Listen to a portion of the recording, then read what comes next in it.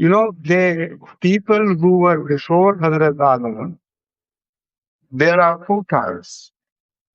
Those who went into decadence long ago, and just prior to Hazrat Adam, they were without a Sharia, without a law from God. Those people cannot be answerable to Allah as far as the law is concerned. But every being, not to mention uh, human life, every being has an innate system.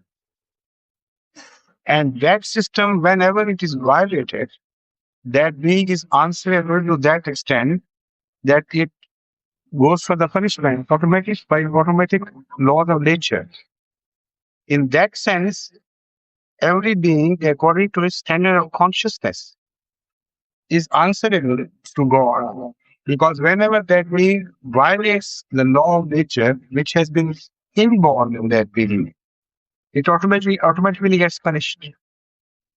So all the animal kingdom in this respect is answerable.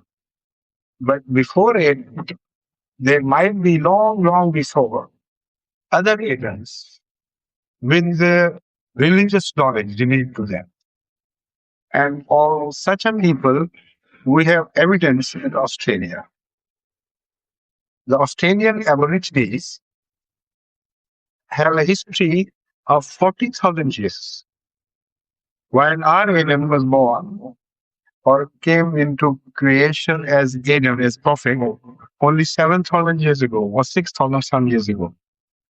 So, what about that?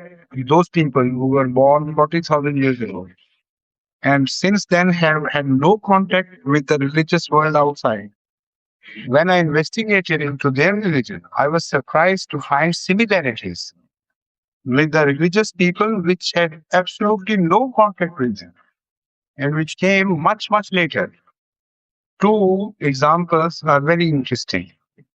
One is circumcision, and they have a religious tradition of circumcising their children like Islam does, or does, or Judaism or the sons of Abraham, or the people generation which followed Hazrat Abraham, was instructed by Allah to go for circumcision.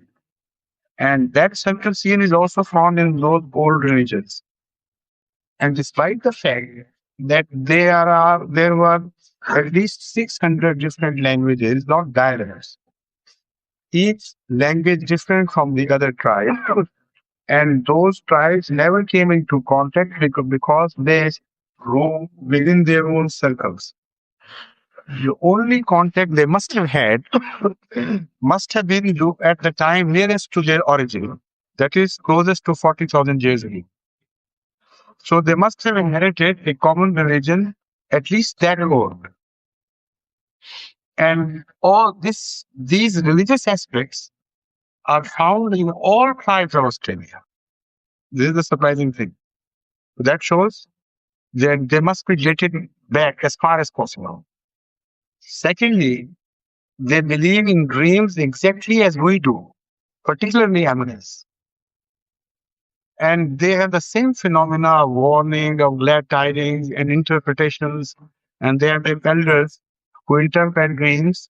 So the mention of dream with relation to Hazrat Yusuf alayhi salatu wasalam, for example, in the Holy Quran, has a strong authenticity in the Holy Quran.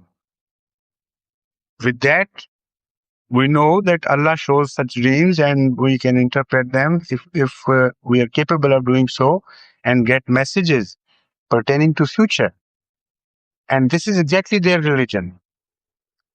And some Westerners who didn't understand them wrote about them that they are a dreamy people, as if they are daydreaming. When I investigated, I found that it was not at all a daydreaming phenomenon. It was exactly a religious phenomenon of dreams.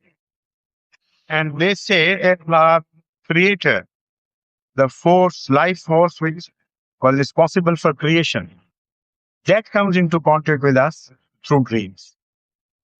So these are just two illustrations that Adams were before Hazrat Adam, as we call him, and they were also revealed some ways, code of life by Allah, of which we have no record because they are almost extinct entirely, except what we have come to learn about the Aborigines of Australia.